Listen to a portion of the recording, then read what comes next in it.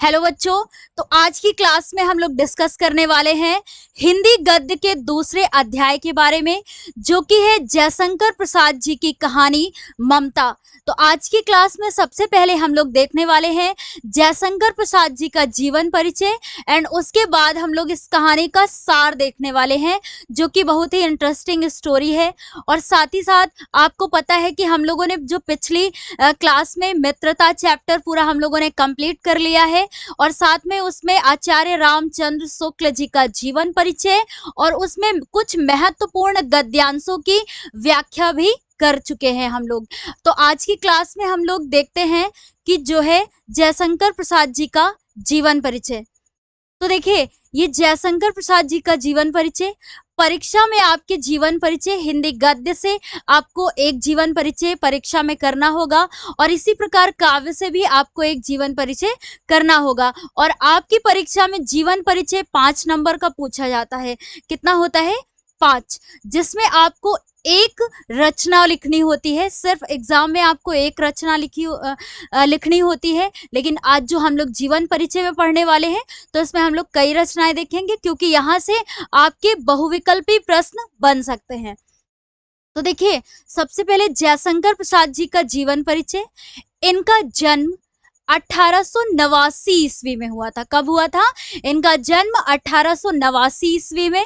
और उसके बाद जो इनका जन्म स्थान था, मतलब कहाँ पर इनका जन्म हुआ था, तो काशी में इनका जन्म हुआ था। कहाँ? काशी में इनका जन्म हुआ था। उसके बाद परीक्षा में आप इसे संक्षिप्त में भी ऐसे लिख सकते हैं, उसके बाद आप उसको पूरा डिटेल में भी लिखेंगे। तो देखिए, उसके बाद देखिए पिता का नाम देवी प्रसाद, और उसके बाद देखिए शिक्षा इनकी अंग्रेजी, फारसी, उर्दू, हिंदी व संस्कृत का स्वाध्याय से ही इन्होंने अध्ययन किया। कितनी अच्छी बात है कि इन्होंने खुद से स्वाध्याय से ही इन्होंने अंग्रेजी, फारसी, उर्दू, हिंदी, संस्कृत आदि भाषाओं का क्या किया? स्वाध्याय से ही, मतलब खुद से ही, स्वयं से ही इन्होंने इसका अध्ययन किया। हम लोग के लिए तो एक भी करना मुश्किल हो जाता है ना। उसके बाद देखिए मृत्यु। इनकी मृत्यु की बात करें तो ये 1937 ईस्वी में हुई। तो पहले तो हम लोगों ने संक्षिप्त में देखा कि इनका जन्म 1889 ईस्वी में, और उसके बाद जन्म स्थान काशी, और इनके पिताजी देवी प्रसाद, एंड उसके बाद इन्होंने स्वाध्याय से ही इन भाषाओं का अध्ययन किया। एंड उसके बाद हम लोगों ने देखा कि इनकी जो मृत्यु है वो 1937 ईस्वी में हुई। अब उसके बाद हम लोग कैसे इसको देखने वाले हैं, इस प्रकार से। तो देखिए, इसमें जयशंकर प्रसाद बहुमुखी प्रतिभा के धनी साहित्यकार थे। जो मेन पॉइंट होंगे वहां पे हम लोग इनको नोटिस करेंगे, है ना। उसके बाद देखिए इनका जन्म हम लोगों ने अभी आगे संक्षिप्त में देखा, पूरा इसको डिटेल में देखते हैं, है ना। उनका जन्म यानी जयशंकर प्रसाद जी का जन्म 1889 ईस्वी में काशी के सुंघनी साहू नामक प्रसिद्ध वैश्य परिवार में हुआ था। तो इनका अभी जो हम लोगों ने शॉर्ट में देखा, तो हम लोगों ने देखा कि काशी में इनका जन्म हुआ था, लेकिन ध्यान दीजिएगा काशी के सुंघनी साहू नामक प्रसिद्ध वैश्य परिवार में हुआ था। ठीक है। उसके बाद देखिए कि उनके यहाँ तंबाकू का व्यापार होता था। ठीक है, ये चीज ध्यान में रखिएगा कि इनके यहाँ तंबाकू का व्यापार होता था। उनके पिता देवी प्रसाद, इनके पिताजी का क्या नाम था? देवी प्रसाद। और पितामह मतलब इनके बाबा, है ना, दादाजी। तो कौन थे वो? शिवरत्न साहू थे। इनके पितामह कौन थे? शिवरत्न साहू। उसके बाद देखिए जयशंकर प्रसाद जी के जो पितामह थे, मतलब इनके जो बाबा थे, वो परम शिव भक्त थे। शिव भक्त मतलब जो शिव की उपासना करने वाले थे, उनके भक्त थे। और उनके पिता भी अत्यधिक उदार और साहित्य प्रेमी थे। जयशंकर प्रसाद जी के जो पिता थे वो भी अत्यधिक उदार और साहित्य प्रेमी थे, मतलब साहित्य से प्रेम करने वाले थे, मतलब उसमें रुचि रखने वाले थे, है ना। साहित्य में भी उनकी अत्यधिक रुचि थी। उसके बाद देखते हैं हम लोग कि प्रसाद जी का बचपन सुखमय था। अब जाहिर सी बात है कि पिताजी और बाबा जी का ऐसा ये था सपोर्ट, तो इनका जो बचपन था तो कैसा था, सुखमय था।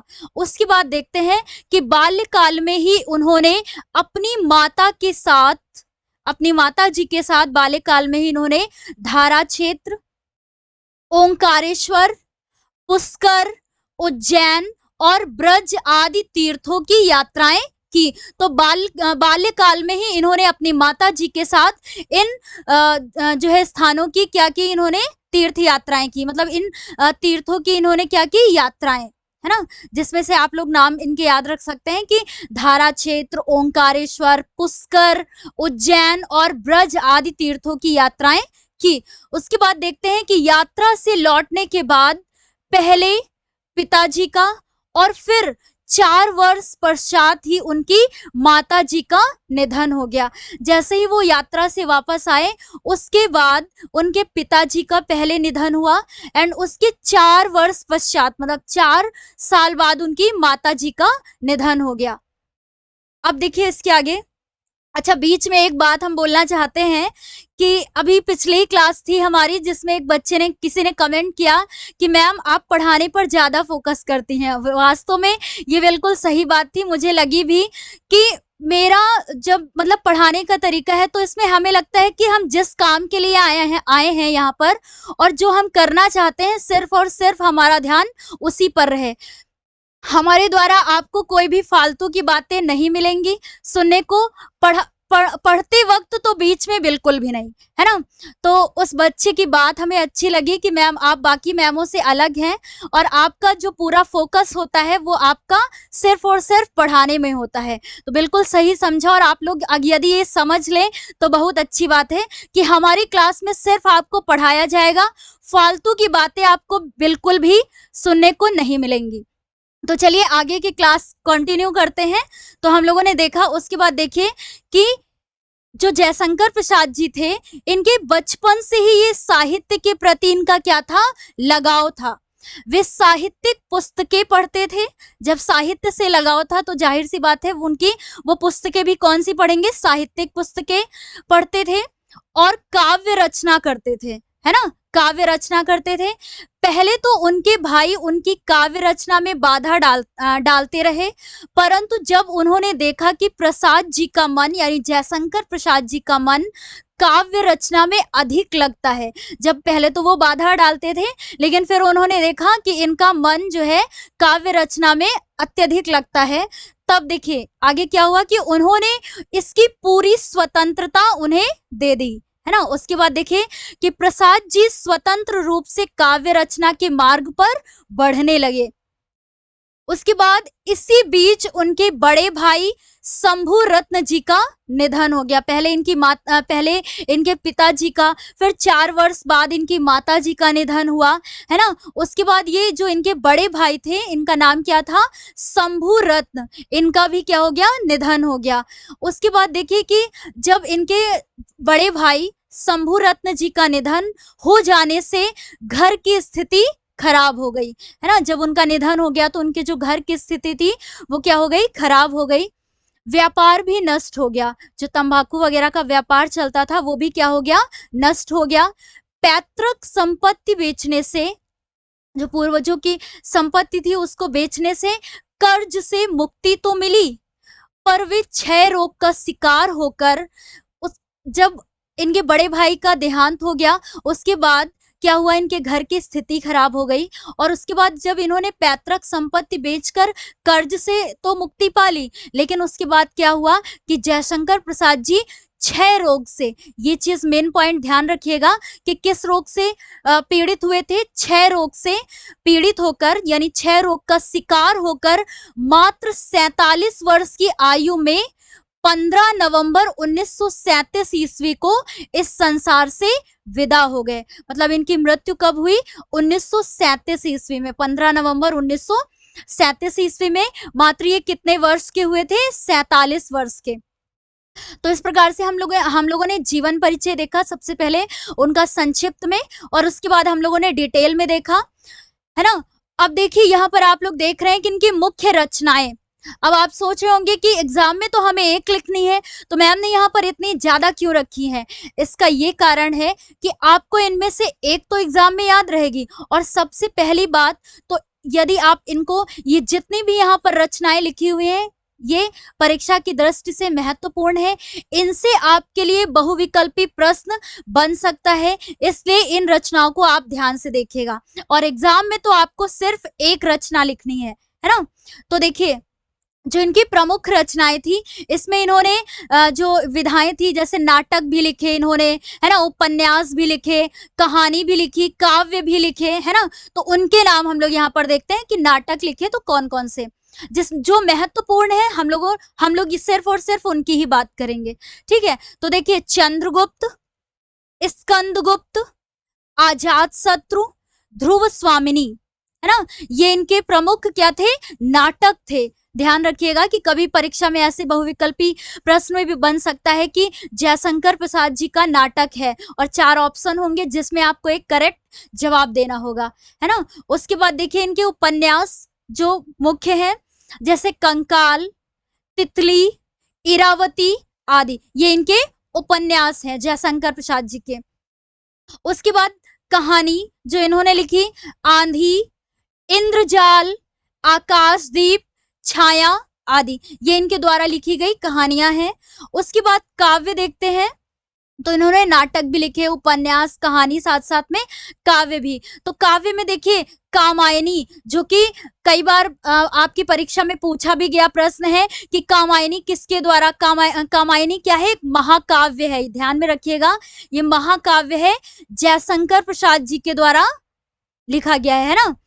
तो ये ऐसे परीक्षा में बनता है कि कामायनी किसके द्वारा लिखा गया महाकाव्य है, तो ध्यान में रखिएगा, जयशंकर प्रसाद जी के द्वारा। उसके बाद जो इनके काव्य, जैसे झरना, लहर, आंसू आदि, तो यहाँ पर हम लोगों ने इसकी इनकी जो है कई रचनाएं देखी, है ना। परीक्षा में आपको एक सिर्फ और सिर्फ एक लिखनी है, ये बात ध्यान में रखिएगा, लेकिन हम लोगों ने यहाँ पर इनकी कई सारी रचनाएं देखी। तो अब हम लोगों ने जीवन परिचय पूरा देखा, साथ में इनकी रचनाएं भी देखी। अब इसके बाद जो हमारा अगला पॉइंट है, वो है इसी जो हमारे हिंदी गद्य का दूसरा अध्याय है, ममता। जयशंकर प्रसाद जी के द्वारा लिखित ये कहानी है ममता, जो कि काफी इंटरेस्टिंग स्टोरी है। इसके सार को हम लोग समझेंगे। सार को समझने के बाद आपको परीक्षा में यदि इस कहानी से कहीं से भी आपको उसकी लाइंस मिलती है, रेखांकित अंश आता है और उसकी व्याख्या करना है, तो आपके लिए आसानी हो जाएगी ऐसा करने में। तो देखिए, सबसे पहले हम लोग देखते हैं ममता कहानी के जो पार्ट का ये सार है ना, उसका निचोड़ ऐसे मतलब देखेंगे और कम शब्दों में उसको समझने का प्रयास करेंगे। चलिए, तो ये जो ममता कहानी है, इसका सारांश मतलब ये जयशंकर प्रसाद जी के द्वारा लिखे थे, आपको बहुत अच्छे से पता है। तो देखिए, ममता कहानी जयशंकर प्रसाद द्वारा लिखित छोटी किंतु अत्यधिक समृद्ध कृति है ना। छोटी तो है लेकिन क्या है, समृद्ध कृति है, इनके द्वारा लिखी गई। उसके बाद देखिए, नारी पात्र, इसमें नारी के कैरेक्टर को दर्शाया गया है ना, उसके चरित्र को मुख्यतः दिखाया गया है। उसके बाद देखिए, ममता के चरित्र के ताने बाने से इसका कथानक निर्मित है। जिसका कथानक है वो क्या है, नारी पात्र ममता के चरित्र के ताने बाने से इसका कथानक निर्मित है। उसके बाद देखिए कि प्रसाद जी ने ममता के माध्यम से बाल, जो मतलब इसका मेन वो है, वो हम लोग सबसे पहले देख रहे हैं कि प्रसाद जी ने ममता के माध्यम से बाल विधवा की करुण कथा चित्रित की है ना। बाल विधवा की जो करुण कथा, मतलब जो उसके करुण मतलब जो शोक को क्या किया है, चित्रित किया है। साथ ही भारतीय नारी की गरिमा को भी दर्शाया है, चित्रित किया है ना। तो अब देखते हैं हम लोग इसकी कहानी पर आते हैं। तो ममता की कहानी का जो सारांश है उसको देखते हैं कि ममता एक बाल विधवा युवती है। इस चीज को ध्यान में रखिएगा कि वो बाल विधवा युवती थी ममता। मेन कैरेक्टर जो है कविता में, सॉरी कहानी में, वो क्या है, ममता है ना। ममता एक बाल विधवा युवती है जो रोहतास दुर्ग के, दुर्ग मतलब क्या होता है, किला, दुर्ग मतलब क्या होता है, किला जो रोहतास दुर्ग के महल में बैठी सोन नदी के प्रबल वेग को देख रही थी। सिंपल सी लाइन है। उसके बाद देखिए, बाल विधवा होने के कारण उसका जीवन दुखों से भरा था। मतलब वो बाल विधवा थी, इस कारण क्या था, उसका जो जीवन था उसमें कोई भी रस नहीं था, है ना। वो इसी कारण क्या रहती थी, दुखी रहती थी। अभी आगे देखते हैं कि वह रोहतास दुर्ग के मंत्री, जो रोहतास दुर्ग के, दुर्ग मतलब उस किले के जो मंत्री थे, चूड़ामणि, इनका भी नाम याद रखिएगा आप लोग, है ना। चूड़ामणि की पुत्री थी। जो ममता थी बाल विधवा थी, और जो रोहतास दुर्ग के मंत्री थे चूड़ामणि, उनकी पुत्री थी, इकलौती पुत्री थी, है ना। दुहिता, दुहिता मतलब भी होता है क्या, पुत्री, है ना। वो उनकी एकमात्र अकेली पुत्री थी। तो इनके पिताजी कौन थे, चूड़ामणि, ध्यान में रखिएगा। उसके बाद देखिए, उसके पास सुख साधन थे। जब जाहिर सी बात है वो एक मंत्री की बेटी थी, है ना, तो उसके पास सुख साधन तो थे, मतलब हर चीज, किसी चीज की कमी नहीं थी, लेकिन वो बाल विधवा होने के कारण, है ना, वो उसका क्या था, वो हमेशा शोक में डूबी हुई होती थी। उसके बाद देखिए, परंतु भारतीय समाज में नारी का विधवा होना उसका सबसे बड़ा अपराध है। यही एकमात्र कारण था कि वो दुखी रहती थी। उसके बाद देखिए कि इसीलिए उसके दुखों का कोई अंत नहीं था, है ना। यही कारण था कि वो जो उसका दुख अत्यधिक बढ़ता ही जा रहा था। उसके बाद देखिए, चूड़ामणि महल में आते हैं, परंतु ममता उनके आगमन को न जान सकी। मतलब वो इतना लीन थी अपने ही उसमें, अपने ही दुख में, कि उसके पिताजी उसके कक्ष में आते हैं और वो उनका ही आना उसको पता ही नहीं चलता है। उसके बाद देखिए, वह अपने दुखों में बेसुध थी, है ना। इसी कारण उससे अपने पिताजी के आने का संदेह भी नहीं होता है, मतलब जरा सा भी उसे अनुभव नहीं होता है कि पिताजी कक्ष में आए हुए हैं। उसके बाद देखिए, चूड़ामणि अपनी पुत्री के दुख को देखकर चिंतामग्न होकर वापस लौट जाते हैं। जब वो देखते हैं कि उनकी बेटी ममता इतना शोक में डूबी हुई है, तो वो उसे देखते हैं और फिर वापस लौट जाते हैं उदास होकर। वैसे ये कहानी इंटरेस्टिंग है। यदि आपको इसमें कुछ भी रस ना लगे तो उसे, लेकिन पूरा अंत तक जरूर देखिएगा इस स्टोरी को। काफी इंटरेस्टिंग स्टोरी है और यहाँ पर सिर्फ और सिर्फ मेन पॉइंट्स को ही लिया गया है ना। उसके बाद देखिए कि एक पहर के बाद वो पुनः ममता के पास आए। जब वो उसके कक्ष से बाहर हो जाते हैं, उसके बाद वो ममता के पास आए। उनके साथ सेवक चांदी के थाल लेकर, सोने चांदी के थाल लेकर आए। थाल देखकर ममता ने पूछा, यह क्या है ना। ममता बोली, जैसे उसने इन थालों को देखा, पिताजी के साथ आए हुए जो और भी लोग थे उनके हाथों में थाल था सोने और चांदी का। तो ममता तुरंत पूछती है कि यह क्या है पिताजी, है ना। तो थालों में स्वर्ण देखकर ममता को आभास हो जाता है कि उसके पिता ने मलेच्छ, मलेच्छ मतलब जो यहाँ पर असभ्य व्यक्तियों के द्वारा, है ना, मलेच्छ की रिश्वत स्वीकार कर ली है। तो वो सोचती है कि हमारे पिताजी ने मलेच्छ की रिश्वत क्या कर ली है, स्वीकार कर ली है। मलेच्छ मतलब यहाँ पर होगा असभ्य व्यक्तियों के द्वारा दी गई रिश्वत स्वीकार कर ली है। उसके पिता भविष्य के प्रति उसे आगाह करते हैं, है ना, किसको, ममता को। परंतु ममता भगवान की इच्छा के विरुद्ध किए गए कृत्य को अपराध मानते हुए अपने पिता को धन वापस लौटा देने को कहती है। मतलब उसके पिताजी भविष्य के लिए आगाह करते हैं कि यदि मेरा ये जो वर्चस्व है, रोहतास दुर्ग का जो मेरा वर्चस्व है, यदि ये चला जाएगा तो हम लोग के लिए, ये भविष्य के लिए क्या होगा, एक कि मतलब हम लोग को भविष्य में कठिनाइयां देखने को नहीं मिलेंगी। लेकिन ममता इसके खिलाफ होती है, वो इसे स्वीकार नहीं करती है, और क्योंकि वो ईश्वर में भी आस्था रखने वाली होती है। उसके बाद देखिए, दूसरे दिन रोहतास दुर्ग में डोलियों का रेला आने पर चूड़ामणि उसे रोकते हैं, है ना। चूड़ामणि क्या करते हैं, उसे रोकते हैं। पठान उसे महिलाओं का अपमान बताते हैं। जैसे ही देखिए मतलब उसके अगले दिन क्या होता है कि रोहतास दुर्ग में जो जहाँ के मंत्री ये थे चूड़ामणि, है ना? तो रोहतास दुर्ग में डोलियों का रेला आने पर, जैसे ही डोलियों का रेला आना शुरू होता है तो चूड़ामणि क्या करते हैं, उसे रोकते हैं। पठान उसे महिलाओं का अपमान बताते हैं। युद्ध होने पर चूड़ामणि मारा जाता है। जैसे ही वो उसका डोलियां आती हैं और वो उनका आवरण हटाना चाहते हैं, तो जो शेरशाह होते हैं पठान के द्वारा, उसे क्या क्या बोला जाता है कि वो महिलाओं का अपमान करना समझते हैं उसे, है ना? तो उसमें क्या करते हैं, फिर युद्ध होने पर, और इसी बात में फिर युद्ध शुरू हो जाता है और युद्ध होने पर चूड़ामणि मारा जाता है।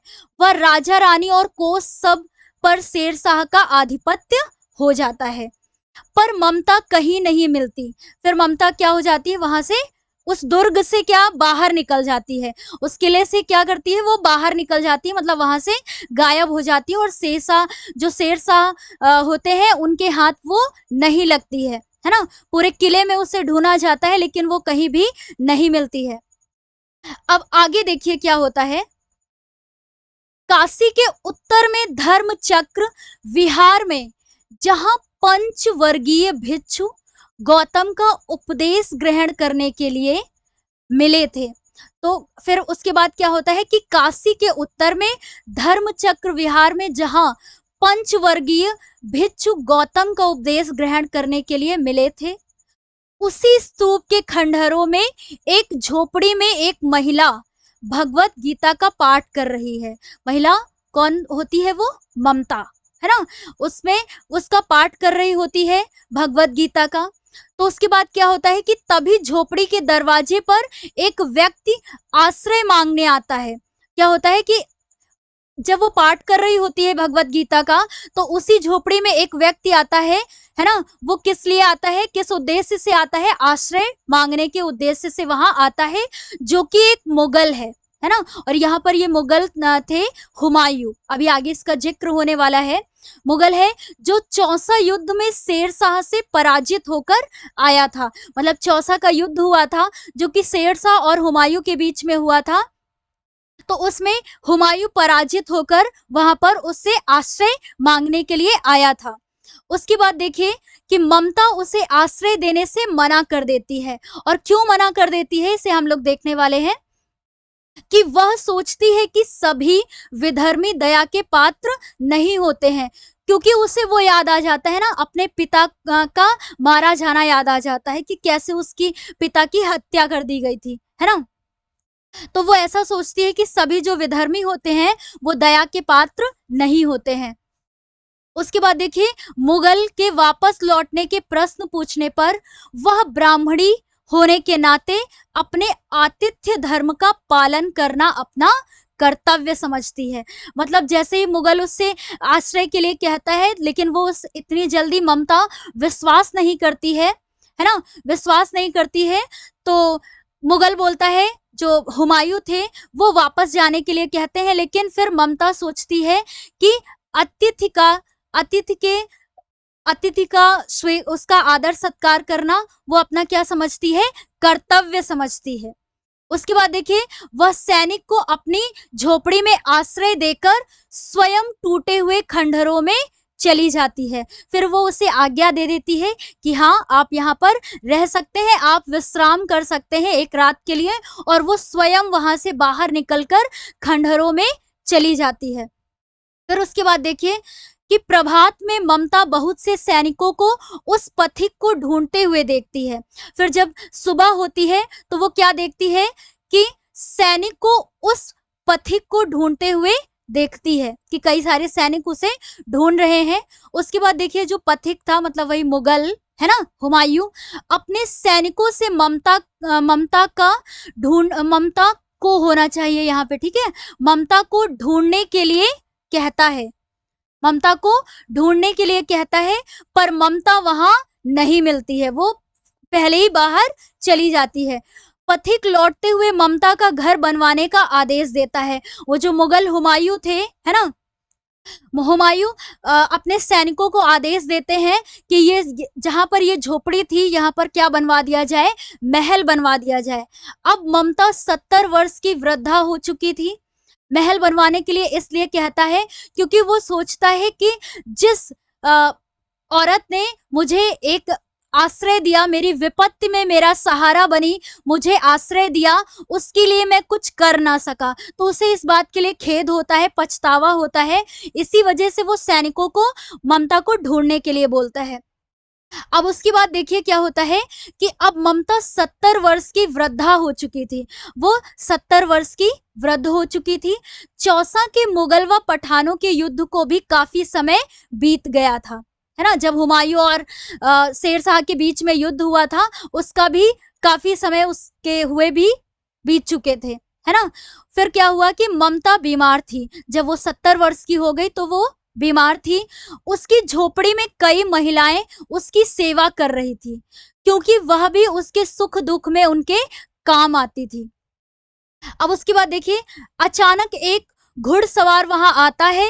वह हाथ में एक चित्र लिए होता है, मतलब एक उसका चित्र लिए हुए होता है कि कैसी वो झोपड़ी थी जहां पर हुमायूं ने विश्राम किया था, है ना, क्योंकि वो वहां पर महल बनाने के लिए बोलता है। अब उसके बाद देखिए, ममता उसे अपने पास बुलाती है। जब वो बाहर औरतों से पूछता है, झोपड़ी के बारे में जो सैनिक होते हैं पूछते हैं, तो ममता के कानों में आवाज पड़ जाती है और वो उसे अंदर आने को बोलती है, उस सैनिक को अंदर आने के लिए बोलती है। और फिर कहती है कि मैं नहीं जानती वह कौन था जिसने मेरी झोपड़े में विश्राम किया था। वो ममता बोलती है, जब वो वृद्ध हो जाती है तो वो बोलती है सैनिक से कि मैं नहीं जानती कि वो कौन था जिसने मेरी झोपड़े में विश्राम किया था। उसने मेरा घर बनवाने का आदेश दिया था, क्योंकि ममता ने अपने कानों से सुना था ऐसा, है ना। आज मैं स्वर्ग लोक जाती हूँ, अब तुम यहाँ जो चाहो करो। वो मतलब ऐसा बोल देती है कि मैं वैसे भी मेरे मेरे जीवन के अंतिम दिन आ गए हैं, अब आप जैसा चाहे यहाँ कर सकते हैं। फिर ममता के प्राण पखेरु उड़ जाते हैं, मतलब वो उनकी मृत्यु हो जाती है, ममता की मृत्यु हो जाती है। बाद में अकबर ने वहां एक अष्टकोण मंदिर बनवाया। फिर अकबर के द्वारा, जो कि हुमायूं के पुत्र होते हैं, है ना, हुमायूं के पुत्र कौन थे? अकबर। इनके ही द्वारा एक अष्टकोण मंदिर बनवाया गया। ये ध्यान में रखिएगा कि अष्टकोण मंदिर किसके द्वारा बनवाया गया? अकबर के द्वारा। और उस पर लिखवाया गया, उस पर उन्होंने स्वर्ण अक्षरों में लिए ऐसा लिखवाया कि सातों देश के नरेश हुमायूं ने एक दिन यहाँ विश्राम किया था। ऐसा मतलब इन लाइनों में ऐसे ये लिखवा देता है, स्वर्ण अक्षरों में अकबर के द्वारा लिखवाया जाता है कि सातों देश के नरेश हुमायूं ने एक दिन यहाँ विश्राम किया था। परंतु खेद की बात क्या होती है कि उसमें ममता का कहीं जिक्र ही नहीं होता है। मतलब इतना ये मेन होता है उसका कैरेक्टर, लेकिन इतना सब होने पर भी ममता का उसमें कहीं भी जिक्र नहीं होता है, तो ये खेद की बात होती है। तो ये हमारी कहानी थी, है ना, ममता, जो कि इंटरेस्टिंग थी। यदि आप शॉर्ट वे में भी, इसमें सिर्फ और सिर्फ मेन पॉइंट को रखा गया और उसके ही द्वारा हम लोगों ने समझा, शॉर्ट में इस स्टोरी को समझा, कहानी को, है ना। तो उसके बाद यदि आपको ये कहानी समझ में आ जाएगी तो इसके जो महत्वपूर्ण गद्यांश होंगे, गद्यांश मतलब जो परीक्षा में पूछे जाएंगे, है ना, उनकी व्याख्या करने में आपको आसानी हो जाएगी। इस कहानी को समझने के बाद व्याख्या करने में आपको आसानी हो जाएगी। और अगली क्लास में हम लोग मिलते हैं इसी कहानी जयशंकर प्रसाद द्वारा लिखी गई ममता कहानी के महत्वपूर्ण गद्यांश के साथ में अगली क्लास में हम लोग मिलते हैं। तो आज की क्लास हम यहीं पर समाप्त करते हैं। Thank you.